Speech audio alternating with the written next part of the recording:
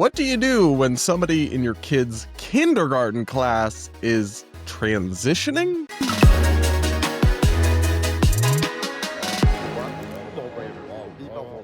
We're going to break this down, plus all your other woke horror stories, personal life situations, and questions that you guys have for me in this Voicemail Friday episode of the Brad vs. Everyone podcast, my daily show where I take on the craziest ideas from across social media and the internet, all from an independent perspective. On Fridays, I take your voicemails. The link to send one in is, as always, in the description. And up first, we're going to hear from a parent with a kid in kindergarten where some truly wild stuff is going down. Take a listen. Hey Bradley, my name is Allie. I have been watching your stuff for a while. Don't mind the noise in the background, I'm outside with my kids. But my oldest is in kindergarten and she got in trouble with her school because another boy who is in kindergarten was using she, her pronouns and changed his name. And she got in trouble. My daughter got in trouble for it because she told the boy he can't use she, her because he's not a girl, he's a boy. I'm proud of my daughter, but just rightfully so. It's crazy because they're kindergartners. But yeah, that's my woke horror story. Thank you. Bye. Sometimes the stuff y'all tell me about leaves me a little speechless. And I do kind of have to put this one in that category because I genuinely don't know what to do in this situation. And I'm always a little bit hesitant to give parenting advice in any way because I don't have kids and I haven't been a parent. And I feel like that's a unique struggle kind of and a unique scenario to find yourself in. But in this case, I mean, it's kind of wild that there's even someone in your kid's class that is, how does a 5-year-old have a transgender identity? I mean, I will say that when I talk to people with gender dysphoria, like long-term real OG transsexuals, they'll sometimes tell me, yeah, as young as 5, I think looking back, I felt like a girl or whatever, but none of them knew or had any coherent or concrete idea of what gender and sex were, and especially in a transgender sense at just 5. That's really not a thing, at least as far as I'm aware. And I think the most likely scenario is that you have a woke mom or woke parents that planted that seed in their child's head, honestly. But I guess, well, we can't say for sure. In terms of what your child should do about it or how you handle the situation with your kid, I think you have to tell your kid that she can't necessarily always vocalize her opinion on everything that other people do. And sometimes we keep our opinions to ourselves. I don't know. Like, you don't need to tell her, yes, absolutely, affirm this identity, and you can actually be whatever gender. I totally understand not wanting to send that message to your kindergartner. But also, I think for your daughter to go up to the other student and be like, you can't use she, her, you're really a boy, while true, is probably not like the role of the other students. I guess that's a question of the school's policies towards that kind of thing, which I kind of question how they're handling this and whether that's what else are they doing, right? Because I guess who are you entrusting your kid's education with? Not everyone, unfortunately, has access to a ton of choice or options. But yeah, I guess just teach your child your beliefs about gender and sex, and it sounds like you are, and then encourage her to be respectful, but not necessarily have to affirm the classmate in any way, but just maybe you don't have to also like aggressively contradict them. It's a lesson that maybe kids need to learn young now. They always have had to learn it, but that like we live in a big country with lots of different types of people with different beliefs and faiths and identities and practices and hobbies and habits and preferences and traditions.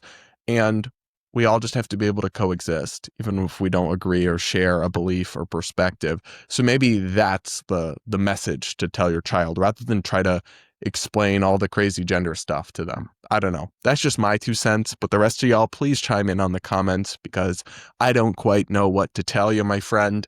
But anyway, guys, do make sure you're subscribed, like, comment. You can send in your voicemails to the link in the description. And let's listen to a good story for once. Listen to this. Hey, Brad, thought I'd throw things off a little bit. I actually have something fairly positive to share, which is shocking, I know. But right off the bat, love your channel. Enjoy being able to hear a little bit of common sense, honestly. Really enjoy your takes. But I am a lesbian, and I grew up with my family very conservative, grew up Catholic, and honestly, I thought that I would forever have to be in the closet. Had some difficulty with my family growing up.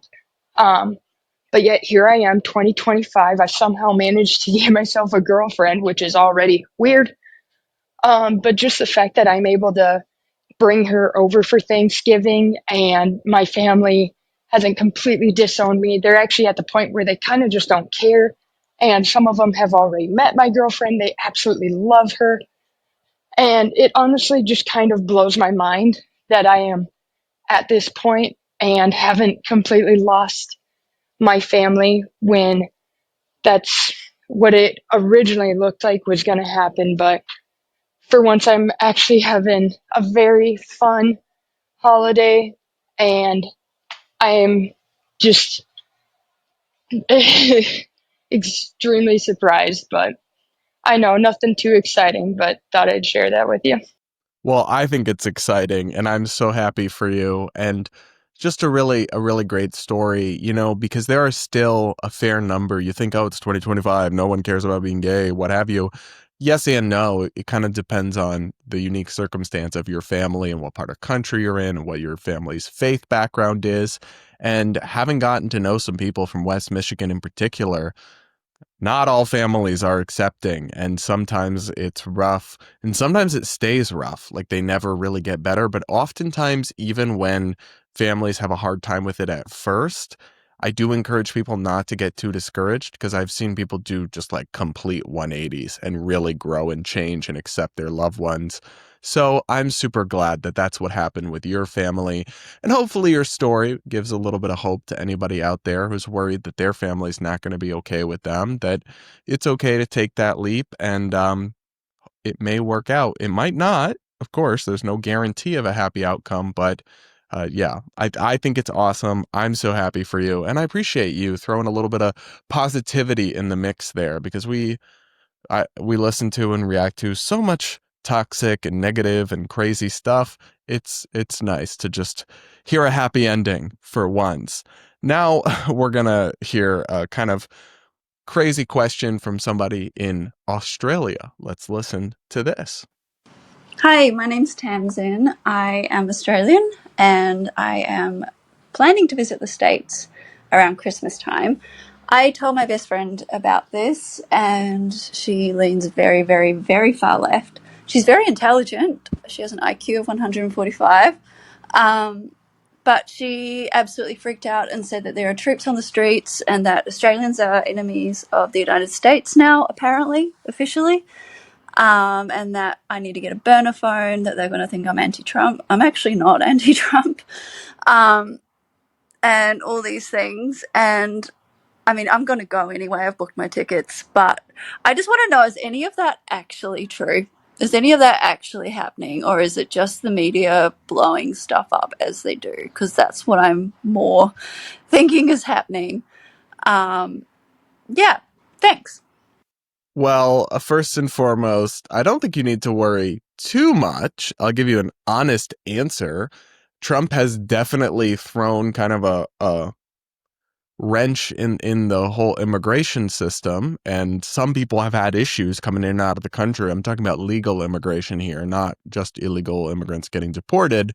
But that tends to be more like if you've had very outspoken social media posts about Israel or some other controversial topic, that could become an issue when you're trying to enter the country. But no, you don't need to worry about like the secret police whisking you up. And no, Australia has not been declared an enemy of America or anything like that.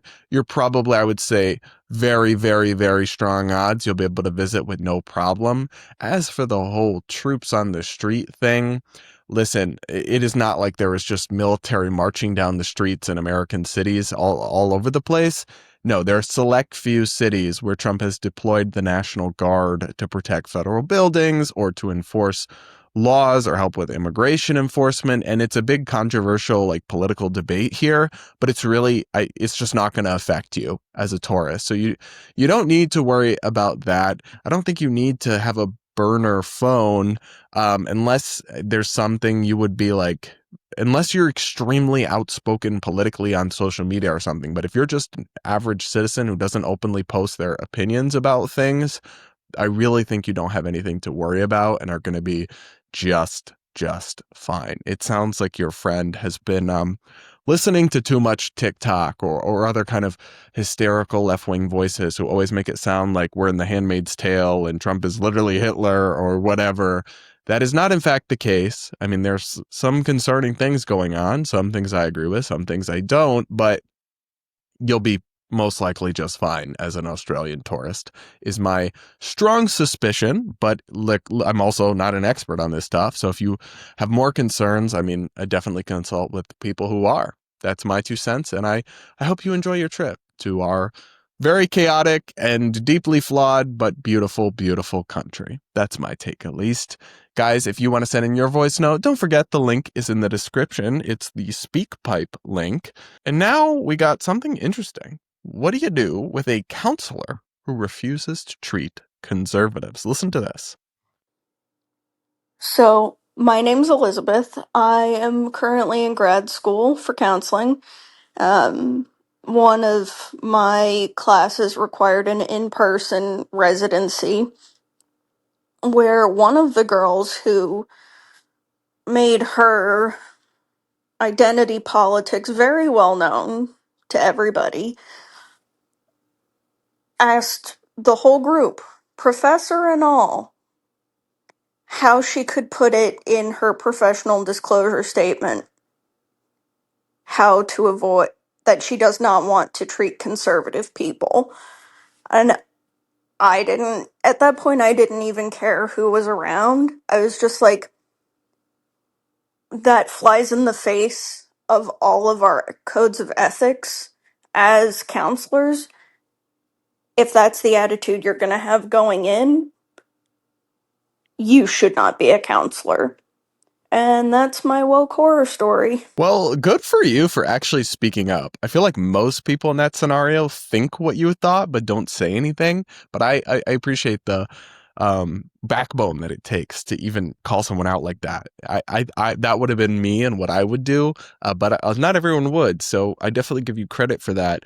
I agree with you, like fundamentally, that if you're going to become a counselor, you're going to become a doctor or a nurse, you do have to be interested in providing those services to everyone, especially when it's a question of health. Like, this is not a wedding cake, right? This is stuff that people need, and you have to treat patients, and there's no such thing as a perfect patient. You don't get to choose your patients like, oh, if I agree with them or not. I mean, that's just a very myopic and I think harmful perspective to have as a prospective like mental health counselor. And there are probably ways that she could actually get away with what she wanted without openly stating it, because openly stating it, just, babe, just put your pronouns in your bio. It'll have the same effect. No conservative will come see you. But more seriously, I think it's sad that somebody would want to do that. And I feel the same way if if you're a counselor and you're like, or a nurse and you're like, oh, I can't treat gay people or trans people. It's a different question from a specific service I don't feel ethical participating in. Like, I'm a doctor, but I don't want to perform an abortion, right? Like, or I don't want to prescribe transgender hormones or something, like a specific thing. But yeah, if a transgender person shows up in the emergency room with a broken arm, it's your job to help them, whether you agree with their gender or identity or not. And I feel the same way about this. It's like, if your job is to help people with anxiety issues, it's not a question of who they voted for. And somebody who thinks like that or acts like that doesn't belong in that kind of a profession. Now, I'm not sure there's a whole lot you can really do about it besides holding yourself to a different standard and modeling a better way forward. But again, good for you for calling that person out. I love that. We need more of that energy around here in 2025, and less like cowering and, oh, I don't want to rock the boat. No, it's time to rock the boat a little bit. That's what I think, at least. Y'all will have to let me know. All right, we got a couple more crazy situations to hear about. Let's listen. Hey Brad, I just wanted to share an interesting story about how I was recently outed as a female to male transitioner, but really I was just doing IVF treatment. So I have a cousin who has been transitioned male to female for about 6 to 7 years, and we really don't see eye to eye, but that's a different story entirely.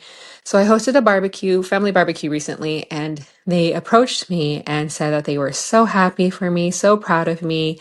If I had any questions for them, I could ask, and that they were just really happy that I finally understood the trans struggle. And I was confused and I asked for clarification because I really haven't changed any of my opinions or views, and I just wanted a little bit more clarification. So that's when they kind of turned evil and they rounded up the family and said, I have an announcement that they were here to expose me, that I had been posting to private Facebook groups with FTM on it that had rainbow emojis and trans hearts all over it, and that they looked through my medicine cabinet and they found Lupron, testosterone, and other hormones. So now I have the whole family staring at me, and I had to admit that yes, I'm doing IVF. The Lupron is for me to treat endometriosis.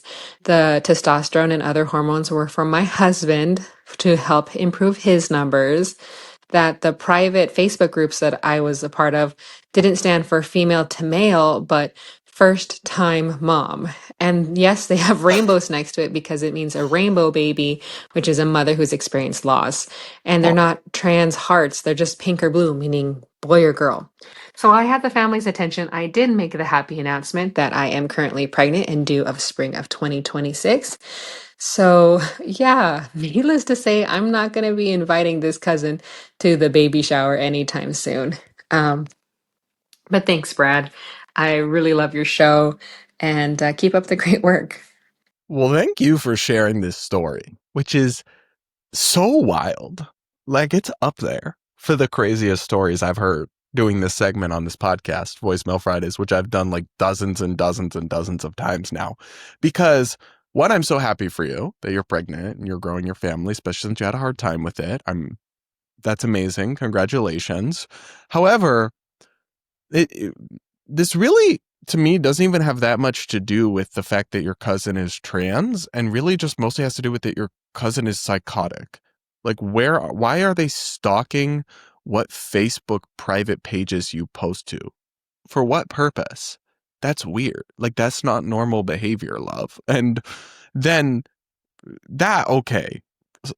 All of us have like creeped on someone on social media before, I guess. But to then go search your medicine cabinet is just psycho. Like, why don't you mind your own business? And then to make all these assumptions that you're becoming trans or something reveals a fair amount of ignorance that these medications aren't just for that. And not everyone is like you and just obsessed with that, I guess. And then the idea that they have to confront you or expose you to the family and all this, not one of these decisions or actions is emotionally or psychologically healthy or normal at all. So this person seems like they're just like lashing out at you, crossing boundaries all over the place. So I think, I mean, you should call them out on that and distance yourself from this person however much you feel necessary for those boundary violations, not because they're transgender, right? But because they have no chill and are engaged in like just wildly inappropriate and creepy behavior. How could anyone think that's like okay or normal? I genuinely don't understand. And I have so many questions, like, how did the rest of your family respond? Because if I'm at the family barbecue and this shit is going down, I'm like, uh, excuse me? What's going on here, Sally? Why are you rifling through people's medicine cabinets? And it sucks because it sounds like she also, or yeah, you said a trans woman, said, it sounds like she also like stole from you the ability to tell your family. Maybe I'm wrong. Maybe I'm interpreting this incorrectly, but it sounds like you had to tell your whole family, oh, we did IVF and I'm pregnant and that's what those hormones are for. So she also like stole from you the way or comfortability of making that announcement and telling your family in the way or in the timing that you wanted to, that's also not okay. So listen, I'm sorry you had this experience. Truly wild stuff. The entitlement and simply like diabolical behavior of people these days is out of control. And please, please draw whatever boundaries you need to keep this person from violating your boundaries like that again. But thank you so much for sharing. And let's listen to our final voicemail for today. Hi, Brad. My name is Haley. I'm going to try to keep this as short as possible. So, there's this man in the quiet corner of Connecticut where I live, and he lives less than half a mile from a school. Like, you walk into his backyard, the football field is, like, right there. This man has signs, which I'm all for free speech. I really don't care what you want to say. I don't care how profane it is, whatever. But they say things like Trumpstein kids just like yours. There's another one directly addressing children where it's like, hey, kids, if your parents are dumb, stupid Republicans, here's a real adult you could talk to with his phone number or something. There's photos of this man pacing back and forth on his roof with a giant rifle. The police have been called on him. They basically were like, oh, well, he's within his rights, he's harmless, whatever, it's fine. I've seen people say that they've had unsettling encounters, but I try to take that with a grain of salt if it's not from, like, a reliable source.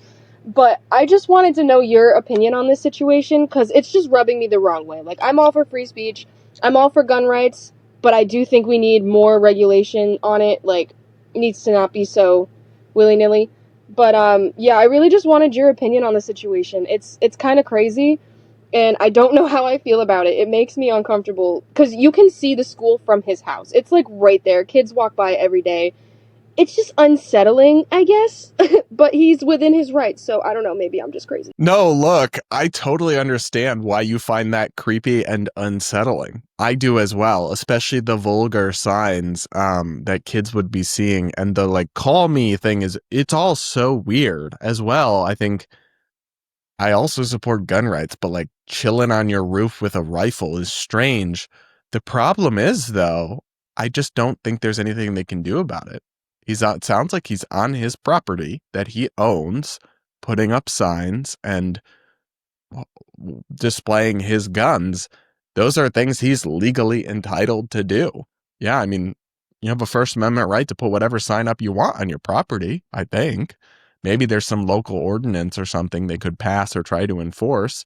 And then with the guns, yeah, unless he aims at someone or threatens someone, that would be different. But just simply hanging out on your property with your guns out, not a crime, not in America, not with our Second Amendment. So I guess the way I would frame this is that the cost of these freedoms is that some people are going to use them in terrible and distasteful ways on the margins, for sure. But it's just fundamentally, and that sounds like what it's happening here, but it's fundamentally better and more moral and more just to err on the side of that freedom than to start cracking down on people, because it's never going to just be the crazies that get cracked down upon. And it's kind of an all or nothing thing when it comes to a right and a legal protection.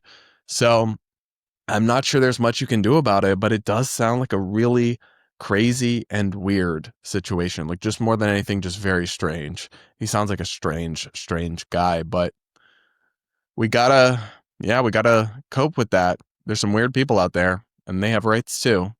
So not sure there's anything you can do, but thanks for sharing with us. And guys, that'll be it for this episode of the Brad versus Everyone podcast. Thanks so much for tuning in. Remember, you can send in your voicemails. Please, if you're listening on audio podcasts in particular, please do take a second to rate and review the show on Apple or Spotify or wherever you're listening. Even if you're watching us on YouTube, you could go over to a podcast app and leave a review, couldn't you? Yeah, I think you could. Regardless, thank you all so much for listening and tuning in, and we'll talk again real soon.